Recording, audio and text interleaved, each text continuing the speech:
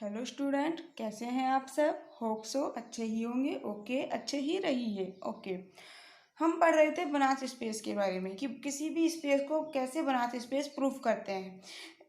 हमने अभी तक 3 एग्जाम्पल कर चुके हैं कि कैसे किसी स्पेस को बनास स्पेस प्रूफ करेंगे। आज हम और कुछ अलग एग्जाम्पल करेंगे बनास स्पेस का ही। ये कुछ उनसे अलग होगा, ठीक है। ये एग्जाम्पल जो है वो काफ़ी इंपॉर्टेंट एग्जाम्पल है क्योंकि यह राजस्थान यूनिवर्सिटी में 2014 में, MDS यूनिवर्सिटी जो कि अजमेर में है उसमें 2005 में और 2008 में, और यूनिवर्सिटी ऑफ कोटा उसमें भी 2007 में MSc फाइनल ईयर में एग्ज़ाम में पूछा गया है। तो काफ़ी इंपॉर्टेंट एग्जाम्पल है ये। देखिए, इस एग्जाम्पल करने से पहले हम एक टर्म पढ़ते हैं। काफ़ी इंपॉर्टेंट टर्म है और इस एग्जाम्पल में यूज़ भी आएगी। देखिए, ऑलमोस्ट एवरीवेयर। ऑलमोस्ट एवरीवेयर के बारे में आपने MSc प्रीवियस ईयर में पढ़ा होगा। एक पेपर चलता है MSc प्रीवियस में, टोपोलॉजी एंड मेजर थ्योरी। उसमें यह टर्म आती है। क्या है ये? देखिए, a property which hold except in a set of measure zero. यानी कि ऑलमोस्ट एवरीवेयर किसी सेट की प्रॉपर्टी होती है, एक ऐसा सेट जिसका कि मेजर जीरो ना हो। यानी लिखा है ना हमने, except in a set of measure zero, यानी कि जिस सेट का मेजर जीरो है उसकी तो प्रॉपर्टी होगी नहीं ऑलमोस्ट एवरीवेयर, और जिसका जीरो नहीं है मेजर, उसकी उस सेट की ये प्रॉपर्टी होती है ऑलमोस्ट एवरीवेयर, ठीक है। और मेजर निकालना आपको आता होगा, ये भी हम पहले पढ़ चुके हैं टोपोलॉजी एंड मेजर थ्योरी वाले पेपर में। अगर आपको नहीं भी आता है तो कोई बात नहीं, इसका ऐसा कुछ यहाँ यूज़ नहीं आ रहा है, ठीक है। तो ये एक प्रॉपर्टी होती है और इसे लिखते कैसे हैं? A.E, ए फॉर ऑलमोस्ट और E फॉर एवरीवेयर, ठीक है। तो देखो, अब उस एग्जाम्पल को देखते हैं। ओके, नहीं उससे पहले ये और देखिए, एक प्रॉपर्टी और है। ये एक थ्योरम होती है। क्या? कि मोड ऑफ FT/DT का इंटीग्रेशन जीरो होगा if and only if FT equal to zero almost everywhere, ठीक है। ये एक थ्योरम है, काफ़ी इंपॉर्टेंट थ्योरम होती है। ये भी हमने फाइनल MSc प्रीवियस में पढ़ी होगी, तो इसका भी इस क्वेश्चन में, इस एग्जाम्पल में यूज आएगा। अब देखिए वो एग्जाम्पल, देखिए, the linear space C01 of real valued continuous function f on 0 1 is a non linear space. जो ये लीनियर स्पेस है C01, इसमें किस तरह के एलिमेंट है? इसमें फंक्शंस के रूप में एलिमेंट है, और जो वो फंक्शन है वो है रियल वैल्यूड कंटिन्यूस फंक्शन, यानी कि वो फंक्शन कंटिन्यूस है एक तो, और दूसरी बात रियल वैल्यूड है। रियल वैल्यूड फंक्शन कौन से होते हैं? देखो, जैसे कि ये फंक्शन f है, इसको हमने बोले रियल वैल्यूड है। इसका मतलब क्या है? यदि हम f(x) निकालेंगे, जो कि कोई भी नंबर y आया, यानी कि y है वो रियल वैल्यू है, ठीक है। रियल वैल्यू फंक्शन मतलब ये फंक्शन है जो रियल वैल्यू देगा, और ये y वैल्यू दे रहा है, और इसका मतलब ये रियल नंबर होगा। इसका मतलब होता है रियल वैल्यूड फंक्शन है ये f, ठीक है। Real valued function f on 0 1 पे डिफाइंड है। Is a non linear space but not a Banas space under the norm defined by this. हमें प्रूफ क्या करना है? जो C01 है ये नॉन लीनियर स्पेस तो है बट बनास स्पेस नहीं है। इससे पहले जो हमने एग्जाम्पल किए थे उसमें हमने प्रूफ किया था कि नॉन लीनियर स्पेस भी है और बनास स्पेस भी है, बट ये कुछ अलग एग्जाम्पल है उनसे, कि इसमें हम प्रूफ करेंगे कि बनास स्पेस नहीं है। अब तक हमने सीखा कि बनास स्पेस कैसे प्रूफ करते हैं, अब हम सीखेंगे बनास स्पेस नहीं है ये कैसे प्रूफ करते हैं। तो देखो, भाई नॉन लीनियर स्पेस प्रूफ करने के लिए नॉर्म की 4 प्रॉपर्टी सेटिस्फाई करानी होंगी। नॉर्म की 4 प्रॉपर्टी आपको पता है, अगर आप सारी वीडियोस देखते हुए चल रहे हो तो। अगर कोई नया आया हुआ है तो आप पहले वाली वीडियोस देखिए, उनमें हमने अच्छे से बताया है क्या नॉर्म होती है, क्या उसकी प्रॉपर्टी होती है, क्या नॉन लीनियर स्पेस होता है। तो देखो, अब आती है नॉर्म की फर्स्ट प्रॉपर्टी N1। क्या होता है? Norm of f equal to, norm की डेफिनेशन से यही नॉर्म की वैल्यू रखी, ये होगा greater than equal to zero. क्यों होगा? क्योंकि ये मॉड फंक्शन है, मॉड फंक्शन हम जानते हैं हमेशा greater than equal to zero होता है, और मॉड फंक्शन का इंटीग्रेशन भी greater than equal to zero ही होगा। तो this is greater than equal to zero, so norm of f greater than equal to zero, यही फर्स्ट प्रॉपर्टी होती है, सेटिस्फाई होगी फर्स्ट प्रॉपर्टी, ठीक है। अब आती है सेकेंड प्रॉपर्टी नॉर्म की। क्या? Norm of f equal to zero if and only if, norm की डेफिनेशन, ठीक है। अब देखो, अभी हमने थ्योरम पढ़ी थी ना, ये वाली, ये है 0 से 1, वहाँ था -1 से 1, -1 से 1 के लिए भी होता है वो, और 0 से 1 के लिए भी होता है। सो 0 से 1 के लिए भी ये प्रॉपर्टी होती है जो हमने पढ़ी थी थ्योरम, और -1 से 1 के लिए भी होती है। सो यहाँ 0 से 1 है, -1 से 1, जो हम आगे एक और एग्जाम्पल करेंगे, एग्जाम्पल 5, उसमें -1 से 1 लिमिट होगी। ठीक है, तो यहाँ आगे वही FT बराबर 0 ऑलमोस्ट एवरीवेयर, मैंने यहाँ लिख भी दिया है, इसका मतलब क्या, ऑलमोस्ट एवरीवेयर।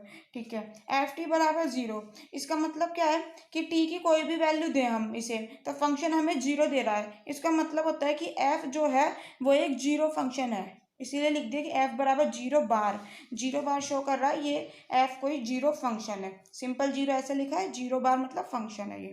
ठीक है, यही हमारी सेकंड प्रॉपर्टी होती है कि नॉर्म ऑफ F 0 लेके चलते हैं, if and only if F बराबर 0 हमें प्रूफ करना होता है। ठीक है, प्रूफ। अब आती है N3 third property. Third property में क्या है, for an scalar alpha we have alpha F का नॉर्म इक्वल टू, नॉर्म की डेफिनेशन से norm of integration mod of alpha F T dt। ठीक है, टी को एफ के साथ लिख लेंगे क्योंकि फंक्शन पे तो डिफाइन फंक्शन टी फंक्शन के साथ ही तो होगा ना। सो अल्फा क्या है, scalar F T mod D T. ठीक है, अल्फा के साथ मोड अलग लिख लिया, एफ टी के साथ मोड अलग लिख लिया, अलग अलग लिख लिया। ठीक है, अल्फा तो पे तो इंटीग्रेशन लगेगा नहीं क्योंकि अल्फा टी का फंक्शन कोई ना है, तो मोड ऑफ अल्फा आ गया बाहर, और इंटीग्रेशन 0 से 1 F T mod of D T. So mode of alpha और नॉर्म ऑफ एफ। ठीक है, यही हमें थर्ड प्रॉपर्टी में प्रूफ करना होता है कि norm of alpha f equal to mod of alpha and norm of f. So यही हमने प्रूफ कर दिया। ठीक है, ओके, अब आती है फोर्थ प्रॉपर्टी। फोर्थ प्रॉपर्टी क्या होती है, norm of F plus G equal to, वही नॉर्म की डेफिनेशन से ऊपर से 0 से 1 एफ प्लस जी टी डी टी। अब टी दोनों पे लगेगा, दोनों फंक्शन है, सो 0 से 1 एफ टी प्लस जी टी डी टी। ठीक है, अब मोड की क्या प्रॉपर्टी होती है प्लस के लिए, हम पहले भी काफ़ी बार यूज़ कर चुके हैं, क्या होती है बताइए। देखो, जो बच्चे नए हैं, देखो x प्लस वाई का mod less than equal to होता है mod of x plus mod of y। ठीक है, तो हमारा वहाँ क्या था, एफ टी प्लस जी टी मोड में, mod of F T plus ji t. ठीक है, तो हमने मोड अलग अलग डिफाइन करा, क्या आ गया हमारा, less than equal to mod of F T plus mod of G T, अलग अलग इंटीग्रेशन लगा दे दोनों पे। अब ये क्या बन गया, नॉर्म ऑफ एफ, और ये क्या हो गया, नॉर्म ऑफ जी, तो ये लिख दिया। So norm of F plus g less than equal to क्या आ गया, norm of F plus norm of g. ठीक है, यही थर्ड प्रॉपर्टी होती है, सॉरी फोर्थ प्रॉपर्टी होती है, ये हो गई proof. Thus it follows that C01 is a non linear space. हमने चारों प्रॉपर्टी सेटिस्फाई कर दी, सो ये क्या हो गया, C01 नॉन लीनियर स्पेस। अब हमें क्या प्रूफ करना है कि C01 इज नॉट कंप्लीट, क्योंकि बनारसी स्पेस के लिए एक ही चीज़ बची है। अब नॉन लीनियर स्पेस को अगर हमने कंप्लीट प्रूफ कर दिया तो वो हो जाएगा बनारसी स्पेस, और लेकिन हमें यहाँ प्रूफ करना है कि बनारसी स्पेस नहीं है, यानी कि हमें प्रूफ करना है कि ये स्पेस कंप्लीट नहीं है। सो कंप्लीट नहीं है, ये कैसे प्रूफ करेंगे, हम इसमें मान के चलेंगे कि consider the sequence F N in C01 defined as ऐसे। हमने एक फंक्शन माना है एफ एन, किस तरह से डिफाइन करा है इसे देखो। और एक बात और, यहाँ पर जो एन की वैल्यू है वो ग्रेटर देन इक्वल टू 3 है। ठीक है, देखो F N T equal to, F N T की वैल्यू 1 होगी जब टी की वैल्यू 0 से 1/2 के बीच में वेरी करेगी। एफ एन टी की value minus N T plus n/2 plus 1 होगी जब टी की वैल्यू 1/2 से 1/2 प्लस 1/n के बीच वेरी करेगी। और इसकी वैल्यू 0 होगी कब, जब टी की वैल्यू 1/2 प्लस 1/n से 1 के बीच में वेरी करेगी। ठीक है, ये हमने एक फंक्शन डिफाइन करा है, यहाँ n की value greater than equal to 3 है। ठीक है, अब देखो ये एफ एन टी कंटिन्यूस है कि नहीं है, इसके ग्राफ से पता लगेगा। हमने बनाया से ग्राफ, एक्स एक्सिस पे लिया हमने टी और वाई एक्सिस पे लिया एफ एन टी। ठीक है, पॉइंट लगाए, ये वाला पॉइंट क्या है, सेंटर, वो सॉरी ओरिजिन, तो ये क्या हो गया 0 0। ठीक है, ये वाला पॉइंट हमने बोला 1/2 और 0 है, यानी कि यहाँ पर टी की वैल्यू 1/2 है और एफ एन टी की 0 है। ऐसे ये वाला पॉइंट है 0 1, ये वाला पॉइंट है 1/2 और कॉमा 1।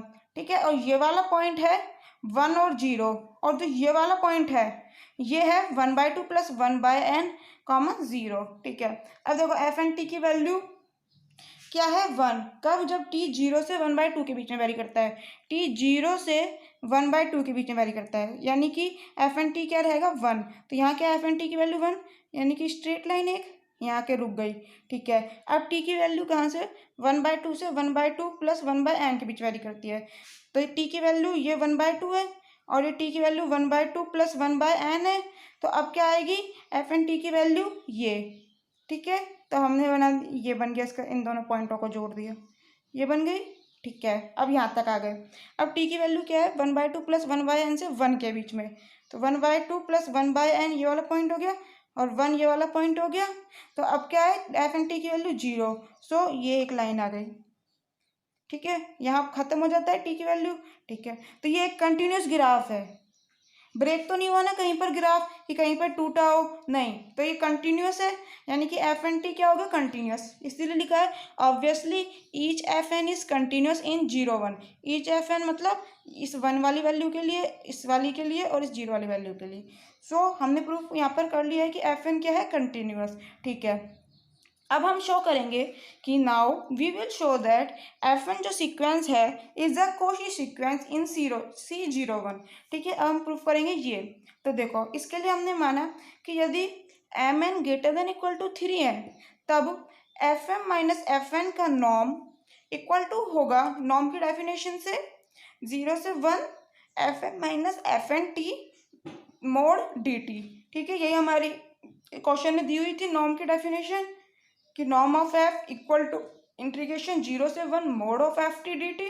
तो उसी से ये लिख लिया। ठीक है, देखो इसमें टी दोनों पे अलग अलग अप्लाई कर देंगे। ठीक है, सो क्या आ जाएगा इंटीग्रेशन 0 से 1 F M T minus F N T D T. ठीक है, अब देखो 0 से 1 को हमने ब्रेक किया लिमिट्स में। कैसे? ये टी की लिमिट है ना कि 0 से 1, और जो हमने एफ एन टी डिफाइन किया था अभी पीछे, तो टी को हमने 3 हिस्सों में बांटा था, तो बस वही, तो इसकी क्या हो जाएगी 0 से 1/2 और एक बार लिए 1/2 से 1। अभी हमने 2 हिस्सों में ब्रेक किया, अभी अगले स्टेप में आगे करेंगे जब वहाँ 3 हिस्सों में ब्रेक कर लेंगे इसको। ठीक है, एक और हिस्से में कर लेंगे अभी। तो 0 से 1/2 एफ एम टी की वैल्यू क्या थी 0, जब टी की वैल्यू 0 से 1/2 के बीच में थी तो एफ एम टी क्या था 1। देखो 0 से 1/2 के बीच में है तो क्या है F M T 1, F N T 1 है तो एफ एम टी भी 1 होगा। इससे कोई फर्क नहीं पड़ रहा ना, एम एन में कंफ्यूज नहीं होना, एम हो एन हो पी क्यू कुछ ही हो, कुछ नहीं फर्क पड़ता। सो क्या हो जाएगा यहाँ पर एफ एम टी की वैल्यू 1, ऐसे एफ एन टी की वैल्यू 1 प्लस ये एज इट इज। ठीक है, 1 माइनस 1 0, तो ये खत्म, बची क्या ये वाली टर्म। ये फॉर्मूला होता है मोड का। क्या फॉर्मूला होता है देखो, क्या होता है कि mod of x minus Y, देखो मैं बताती हूँ लिख के, x माइनस वाई का मोड बताओ क्या हो सकता है, ऐसे सोचा करो क्या होगा, less than equal to mod of x plus mod of y। देखो प्लस वाले के लिए यहाँ प्लस ही आता है, माइनस वाले के लिए लिखते हैं तो यहाँ प्लस ही आता है। कंफ्यूज ना होना इसलिए दोनों एक साथ लिखे हैं, याद रखना। ठीक है, बस तो F M T minus F N T का मोड की प्रॉपर्टी से इन दोनों में अलग अलग लगा दिए, लेस देन इक्वल टू आ गया। ठीक है, अब हम लेके चल रहे हैं एक एक टर्म।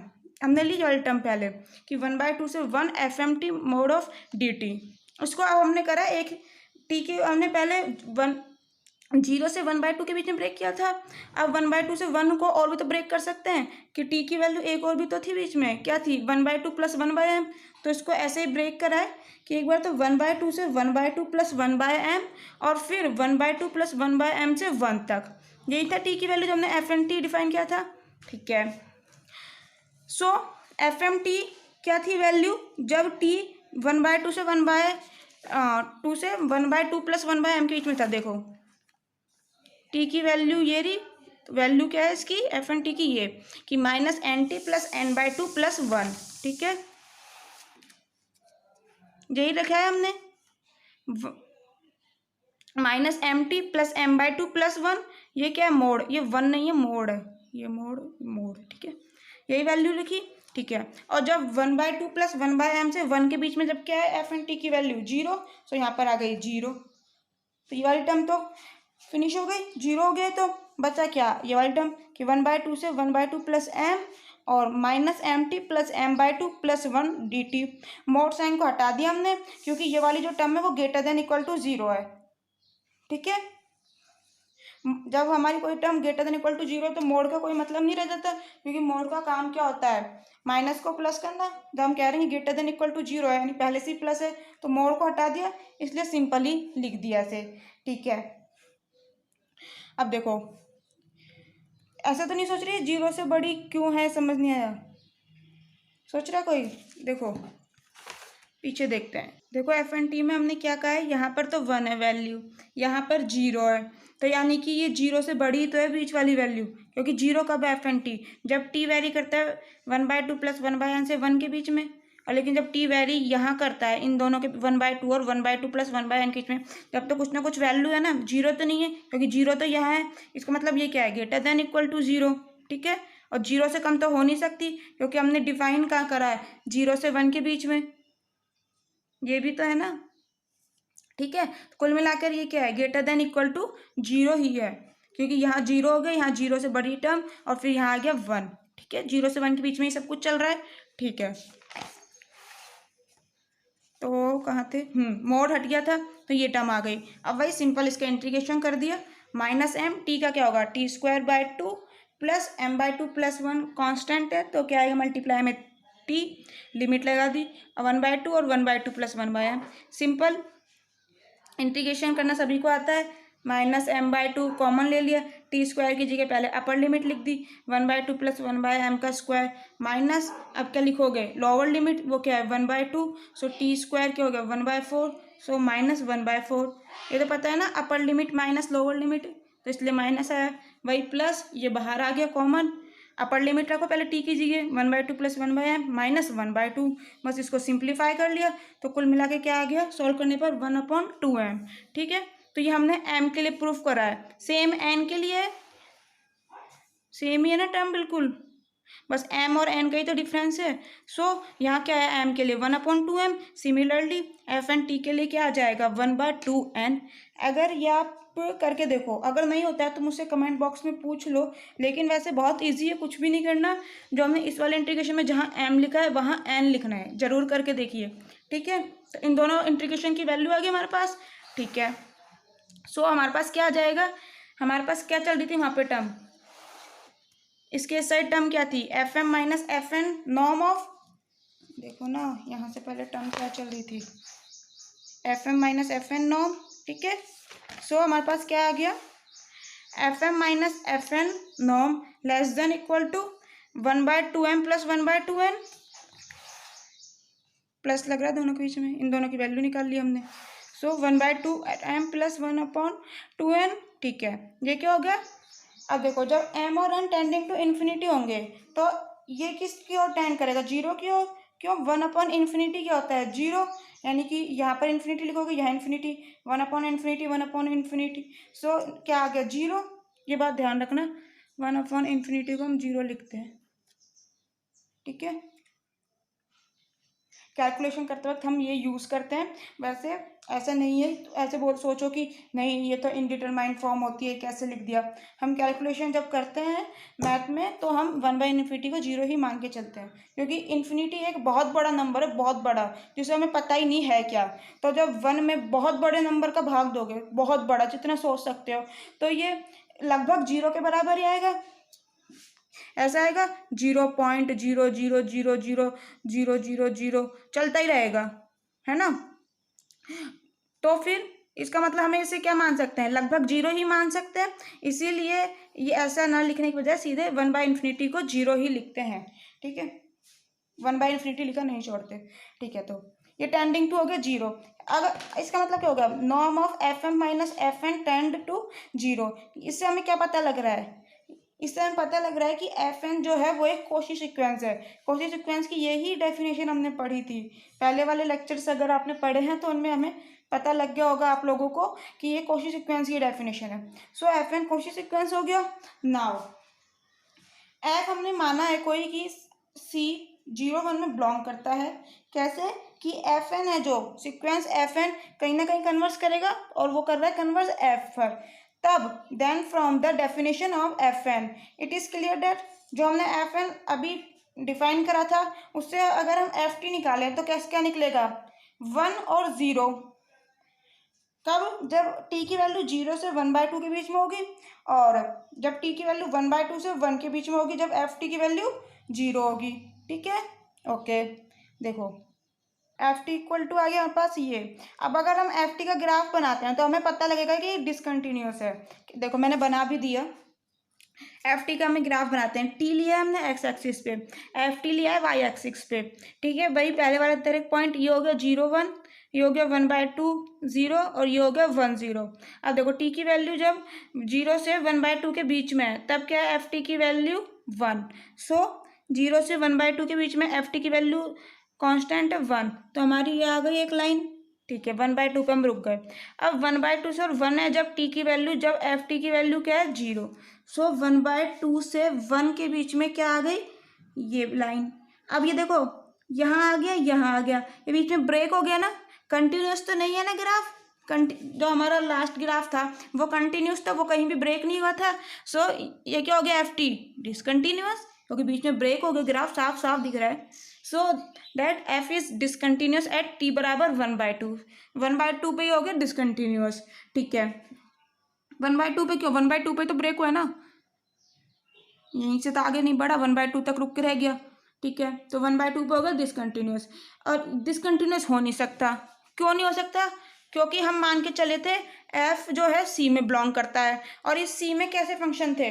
क्वेश्चन में हमें दिया हुआ था रियल वैल्यूड कंटिन्यूअस फंक्शन, याद है ना, रियल वैल्यूड कंटिन्यूअस फंक्शन। सो यानी कि एफ क्या होना चाहिए जब C01 में बिलोंग कर रहा है तो कंटिन्यूअस होना चाहिए, और यहाँ तो हमें पता लग रहा है कि डिसकंटिन्यूअस है। So which is contradiction to our assumption that कि एफ बिलोंग्स टू C01। बिल्कुल सही बात है, ये जो हमने एजम्पशन की थी उसका कंट्राडिक्शन आ रहा है। इसका मतलब क्या है कि जो एफ एन है इज नॉट कन्वर्जेंट, यानी कि एफ एन जो है वो एफ पे कन्वर्ज नहीं कर रहा है, and therefore C01 is not a Banas space. इसका मतलब C01 बनास स्पेस नहीं है। क्यों नहीं है? क्योंकि कंप्लीटनेस नहीं हो पाया। हम यही तो प्रूफ कर रहे थे कि ये कंप्लीट नहीं होगा। कंप्लीटनेस की डेफिनेशन क्या होती है? यदि जैसे एफ एन कोई सीक्वेंस बिलोंग करता है C01 पे, ठीक है, और ये कन्वर्स कर रहा है एफ पे, तो ये भी बिलोंग करना चाहिए C01 पे। ठीक है, ये होता है कंप्लीटनेस की डेफिनेशन कि जिस सेट में तुम ले रहे हो ना, जिस स्पेस में सीक्वेंस को, जो उसकी कन्वर्जेंस है वो भी उसी स्पेस में बिलोंग करनी चाहिए। बट ऐसा नहीं हो रहा है। ये हमने कह दिया कि ये हमारी एफ बिलोंग्स टू C01 के कंट्राडिक्शन आ रही है, यानी कि ये इसमें बिलोंग एफ C01 में बिलोंग नहीं कर रहा है। इसका मतलब ये कंप्लीट नहीं है। जब कंप्लीट नहीं है तो फिर ये बनाते स्पेस नहीं है। ठीक है ना।